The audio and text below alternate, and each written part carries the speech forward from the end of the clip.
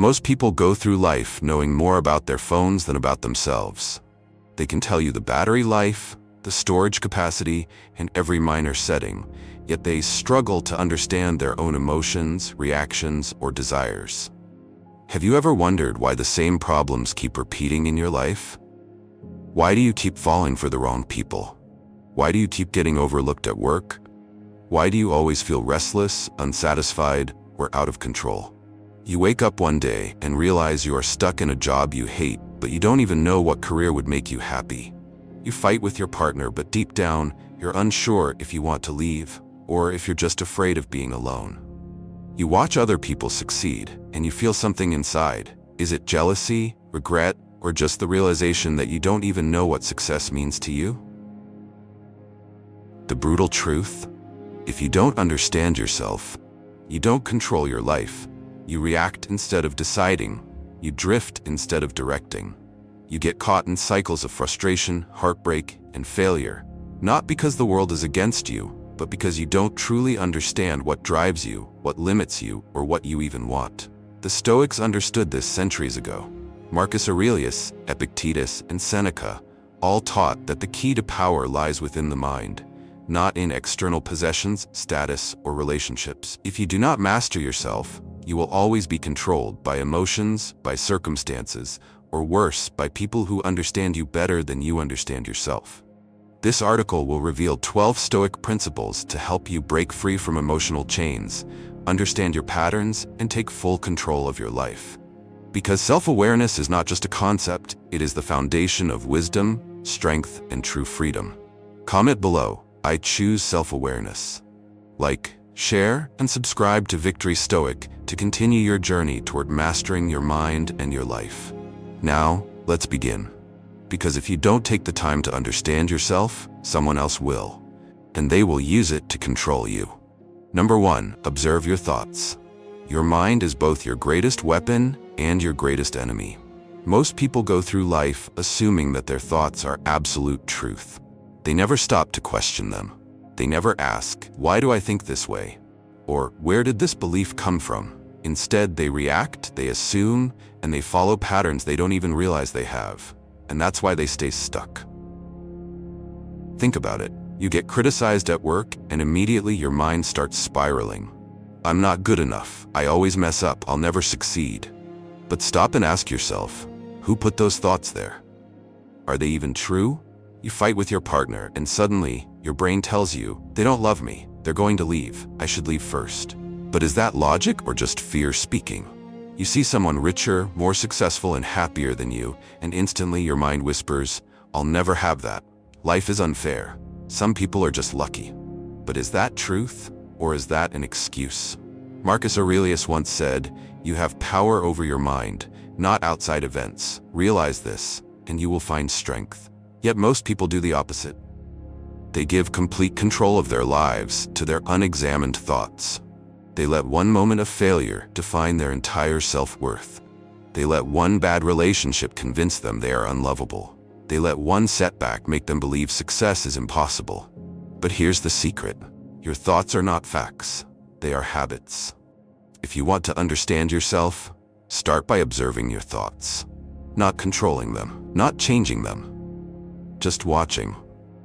Pay attention to what your brain tells you when you're stressed, when you're angry, when you're afraid. Do your thoughts make you stronger, or do they break you down? Do they push you forward, or do they hold you back? Self-awareness begins the moment you realize you are not your thoughts. You are the observer of your thoughts. Once you understand this, you stop reacting blindly, and you start making conscious choices.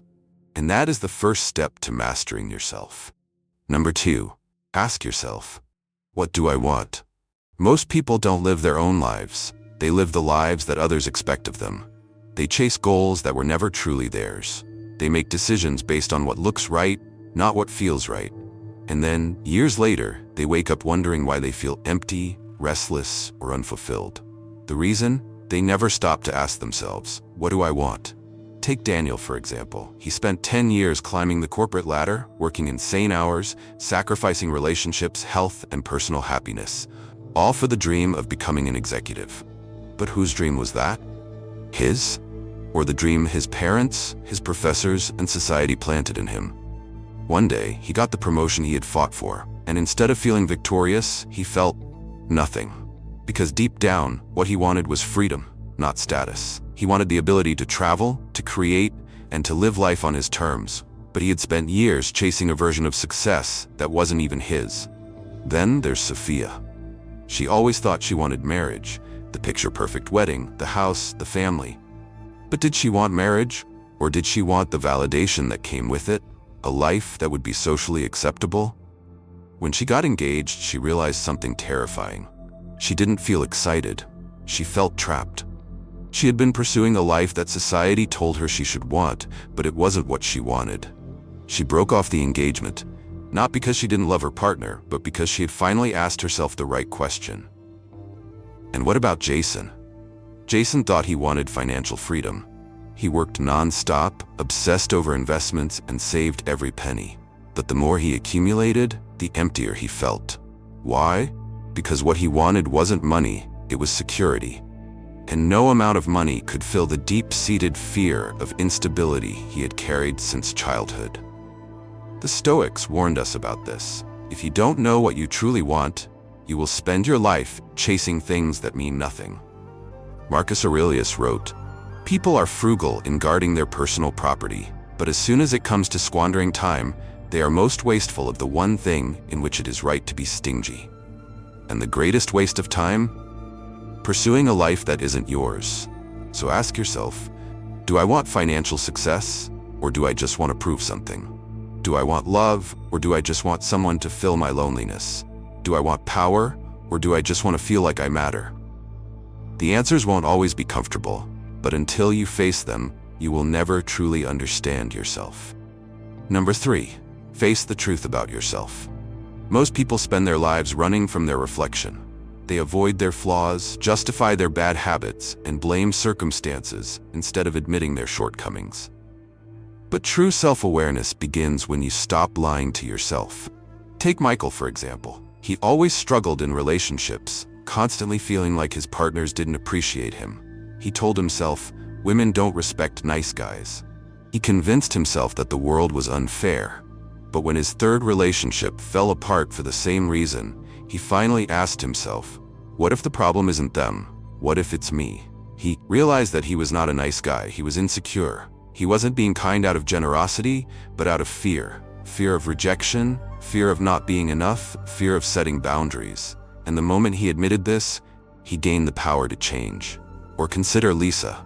She wanted to start her own business but kept delaying. She told herself, I'm just waiting for the right time. But was she? Or was she just scared of failure? Was she afraid of what people would think? When she finally admitted, I'm not waiting, I'm afraid, she took control. She made a plan, took action, and built something real.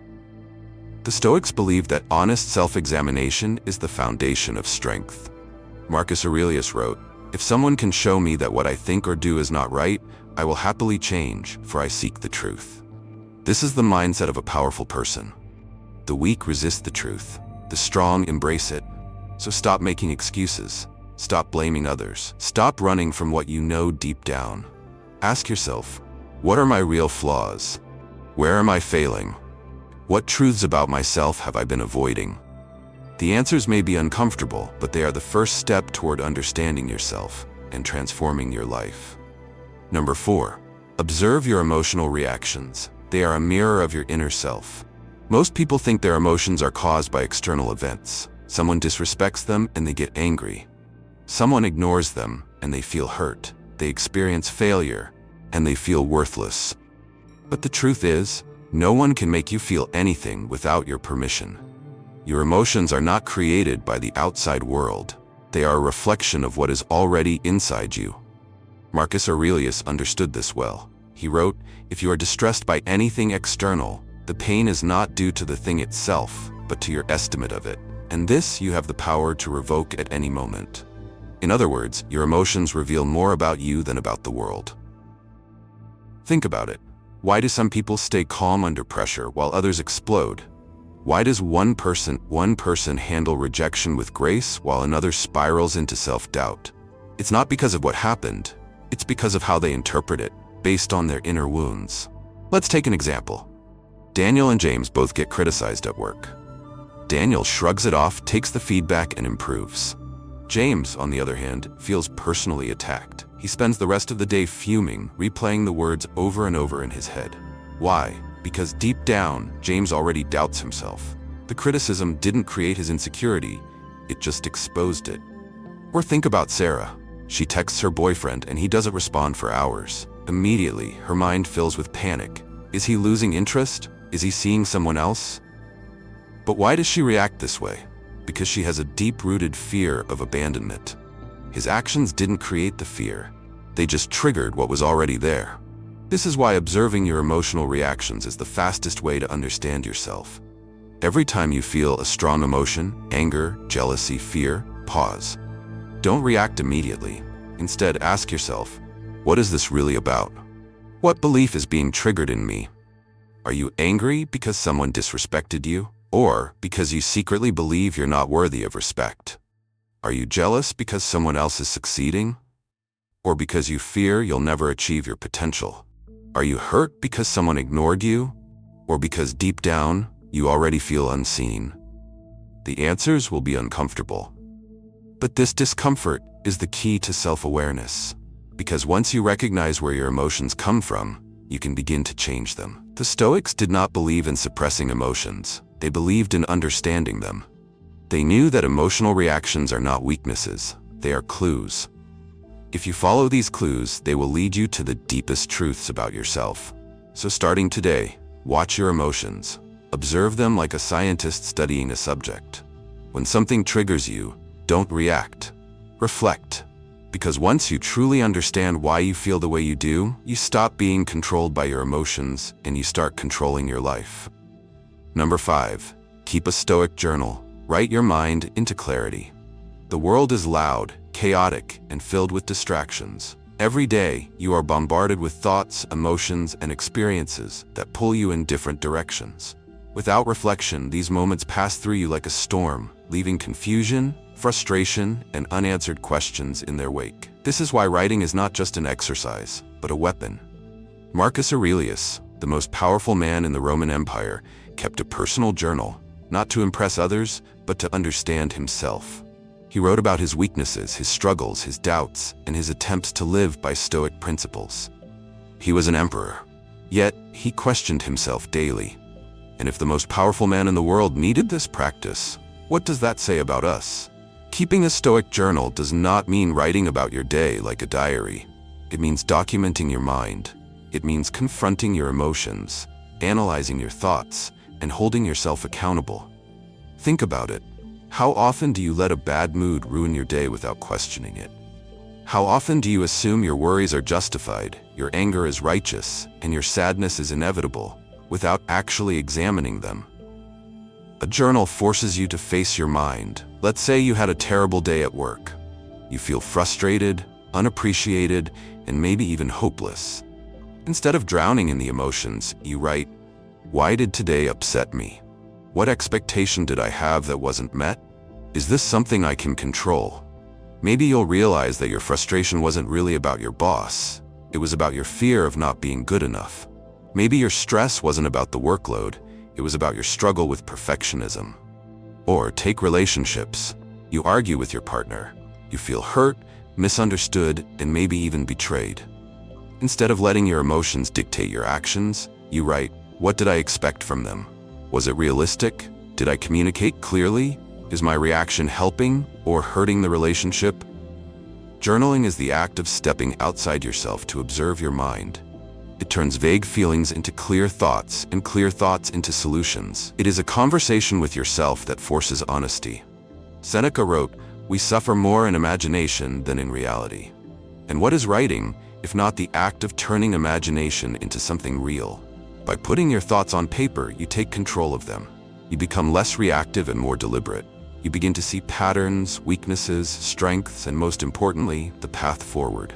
So make it a habit. Every night, take 5 minutes to reflect. Ask yourself, what did I learn today? What emotions controlled me? How could I have responded differently? Because if you do not examine your thoughts will control you. But if you write them down, Analyze them and question them. You will master them. And in mastering them, you will master yourself.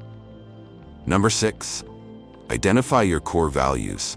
They will guide you through life's hardest decisions. Most people don't know what they truly stand for. They go through life reacting instead of deciding, following trends instead of principles, and bending to external pressures instead of standing firm in who they are. And when you don't know what you believe in, the world will decide for you. This is why identifying your core values is one of the most important steps in self-awareness. Your values act as an internal compass, guiding you through difficult decisions, shaping your behavior, and defining who you are at your core. Take John, for example. He works in finance, and one day, his boss asks him to manipulate numbers on a report to make the company look more profitable. It's a small adjustment, barely noticeable, but it's dishonest. John hesitates. He doesn't want to risk his job. He doesn't want to upset his boss. But then he asks himself, is integrity one of my core values? If it is, then the decision is already made. He refuses. He doesn't need to debate it, justify it, or feel guilty because he has already committed to living by his principles. Or think about Sarah. She's been in a relationship for years, but deep down, she knows it's no longer right. She stays because she doesn't want to hurt her partner. After all, people expect them to be together. But when she asks herself, is personal growth one of my values? She realizes that staying in a stagnant relationship is a betrayal of herself. The moment she reconnects with what truly matters to her, the fear of leaving disappears. Your values determine your path. If you value honesty, you won't tolerate deception in your life. If you value courage, you won't let fear dictate your choices. If you value freedom, you won't let yourself be controlled. But if you don't take the time to define these values, you will constantly struggle with doubt, regret, and indecision. Marcus Aurelius understood this well. He wrote, "Waste no more time arguing about what a good man should be one." In other words, stop hesitating. Stop questioning yourself. Decide who you are, and then live by it. So ask yourself, what do I truly stand for? What values shape my decisions? What principles would I never compromise, no matter the situation? Write them down, let them guide you, because when you live in alignment with your values, you never have to question yourself again. Number 7. Learn something creative. Unlock the parts of yourself that words cannot reach. There are parts of you that logic cannot touch. There are emotions, ideas, and truths about yourself that cannot be spoken, only expressed. That's why creativity is not just for artists, it is a direct path to self-discovery. Most people think creativity is about talent. It's not. It's about exploration. It's about breaking patterns. It's about discovering what's buried deep within you, the things you don't even know exist yet. And the moment you start creating, you start understanding yourself in ways you never imagined. Think about Jake. He spent years working in a corporate job, feeling numb and disconnected. One day, he picked up a guitar, not because he thought he'd be good at it, but because he wanted to try something different. At first, he struggled. His fingers hurt, and the chords didn't make sense.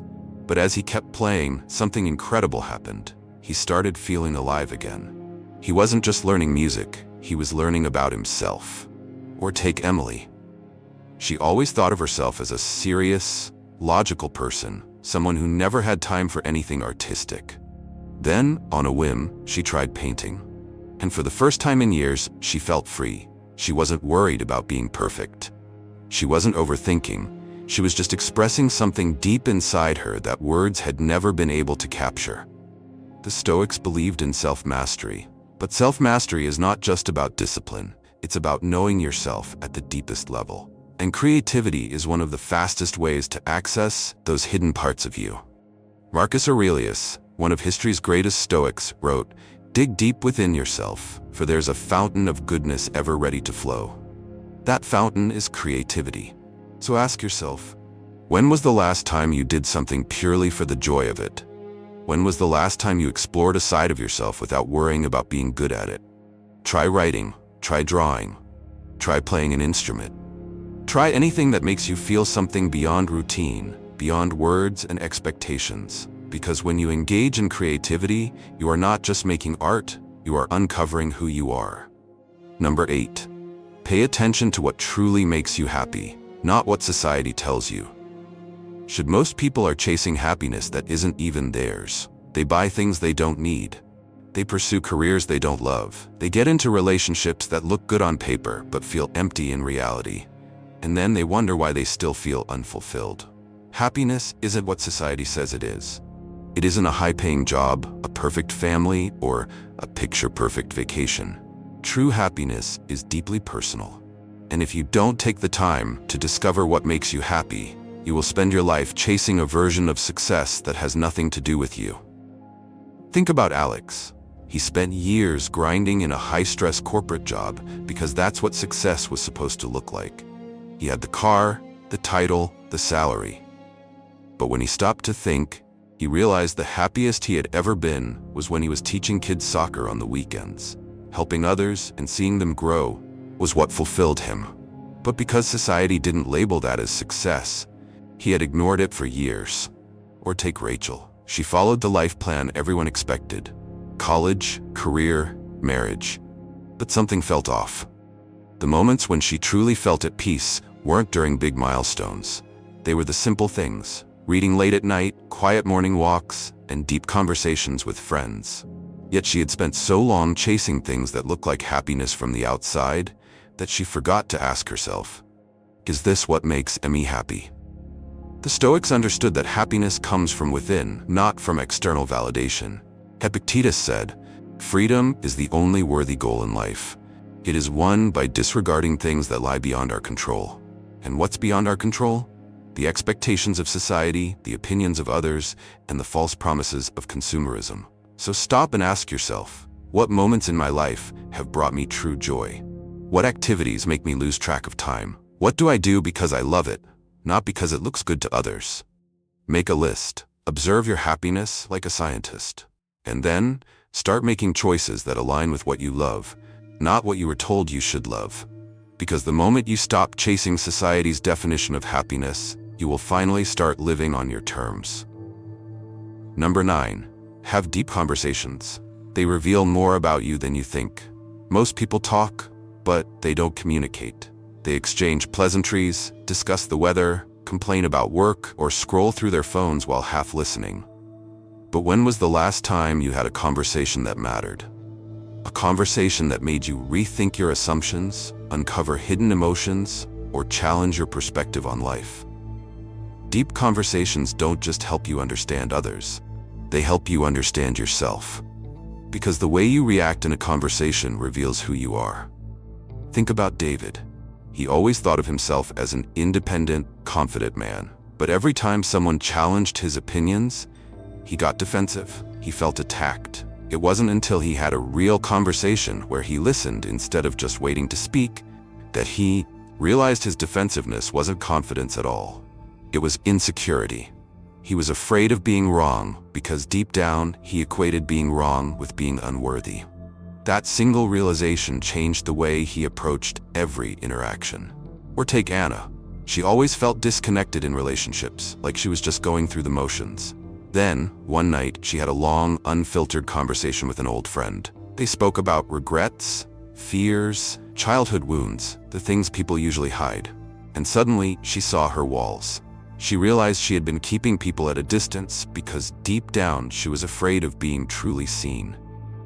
That conversation didn't just change how she saw her friend, it changed how she saw herself. The Stoics understood the power of dialogue. Socrates, one of the greatest philosophical minds, didn't lecture. He asked questions because he knew that real wisdom doesn't come from speaking, it comes from listening, reflecting, and engaging in true discourse. So the next time you talk to someone, don't settle for surface level. Ask real questions. Challenge each other's ideas. Be honest about your fears, your doubts, your dreams. Notice what triggers you. Notice what excites you. Because every deep conversation is a mirror, if you dare to look into it. And if you don't have these conversations often, ask yourself, are you connecting with people? Or are you just filling the silence? Number 10. Pay attention to what annoys you. It reveals your deepest, unmet expectations. Most people try to ignore their frustrations. They brush them off, suppress them, or convince themselves that it's not a big deal. But what if I told you that the things that irritate you the most are the greatest clues to understanding yourself? Frustration isn't just an emotion, it's a signal. A signal that something inside you is unresolved, unexamined, or unfulfilled. And if you pay attention, it will show you exactly where your hidden expectations, fears, and weaknesses lie. Take Mark, for example. He couldn't stand when people were late. Every time a friend showed up even 5 minutes late, he felt an overwhelming sense of disrespect. At first, he thought it was just about punctuality. But when he examined his emotions, he realized something deeper. He didn't just hate lateness, he hated feeling unimportant. His entire life, he had struggled with feeling overlooked, and when someone was late, it triggered that insecurity. The problem wasn't other people. The problem was his own unresolved need to feel valued. Or think about Rachel. She constantly got irritated when she saw people showing off on social media. Lavish vacations, perfect relationships, expensive cars. She told herself, these people are so fake. But when she took a step back, she realized something uncomfortable. Her frustration wasn't about them. It was about her dissatisfaction with her life. Their success reminded her of the dreams she had abandoned, the risks she had been too afraid to take. Her annoyance was a mirror reflecting her regrets. Marcus Aurelius once said, "You have power over your mind, not outside events." Realize this, and you will find strength. The Stoics understood that the world doesn't make you angry, you make yourself angry. Every external frustration is connected to an internal expectation that is not being met. So the next time something irritates you, don't just react. Analyze. Ask yourself, what does this frustration say about me? What expectation do I have that isn't being met? Is this about the situation or something deeper within me? Because once you understand what truly fuels your frustration, you stop being a victim of your emotions. You stop blaming others. You stop being controlled by external events. Instead, you gain power, the power to change, to heal, and to finally take control of your inner world. Number 11, accept reality, not as defeat, but as power. Most people waste an incredible amount of energy fighting reality. They resist the truth, deny the obvious, and cling to how they wish things were instead of how they are. But denial is not strength. Acceptance is. Acceptance does not mean giving up. It does not mean resignation. It means looking at the world exactly as it is, without illusion, without fantasy, without false hope, and using that knowledge to move forward with clarity and power. Take Daniel, for example. He spent years in a career he hated, telling himself, it's not that bad, maybe it'll get better. But deep down, he knew the truth. He was miserable, he wasn't growing, he wasn't fulfilled. Yet he resisted admitting this because the idea of starting over was terrifying. The moment he finally accepted reality, everything changed. He stopped lying to himself. He stopped waiting for things to magically improve, and for the first time in his life, he took action. Not based on hope, but based on truth. Or think about Sarah. She was in love with someone who didn't truly value her. She kept making excuses. Maybe they'll change, maybe they just need time, maybe I'm expecting too much. But deep down she knew, if someone truly cares about you, you don't have to beg for their attention. When she finally accepted that reality, she stopped waiting, she walked away. And in doing so, she freed herself from the endless cycle of disappointment. The Stoics taught that fighting reality is the fastest way to suffering. Epictetus said, "Man is not disturbed by things, but by the view he takes of them." We suffer not because of what happens, but because we resist what is. So ask yourself, what truths am I avoiding? What am I refusing to accept? What would happen if I stopped fighting reality and started working with it? Here's the truth. When you stop wasting energy on things you cannot change, you gain power over the things you can. And that is where your freedom begins. Number 12, be yourself, not the version the world wants you to be. Most people spend their lives performing. They wear masks, they adjust their personalities based on who they're with, they chase approval, validation, and external success, all while slowly losing sight of who they truly are.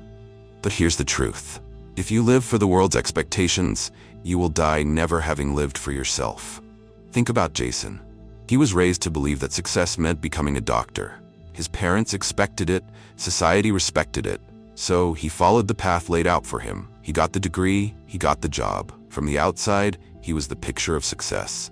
But inside, he felt empty. Because the truth was, He had never wanted this life. He had only wanted to make everyone else happy. Or take Emily.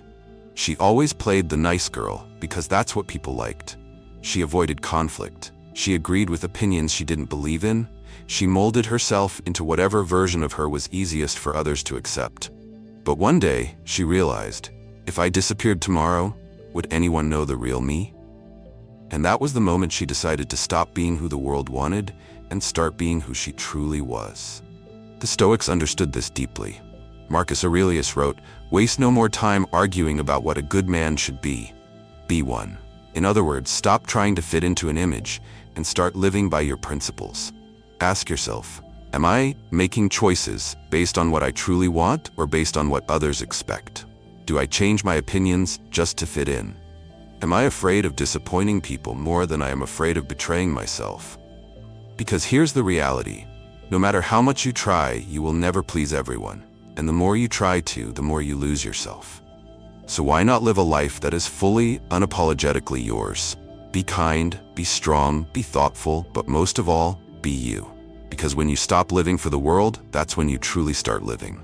Conclusion: master yourself, master life. Most people drift through life, never truly understanding themselves. They react instead of deciding, conform instead of questioning, and chase external validation instead of seeking inner peace. But the truth is, self-awareness is the foundation of strength, clarity, and true freedom. Without it, you are not in control. You are simply being controlled. The Stoics understood that knowing yourself is the key to mastering life. Marcus Aurelius once said, "A man's worth is no greater than his ambitions."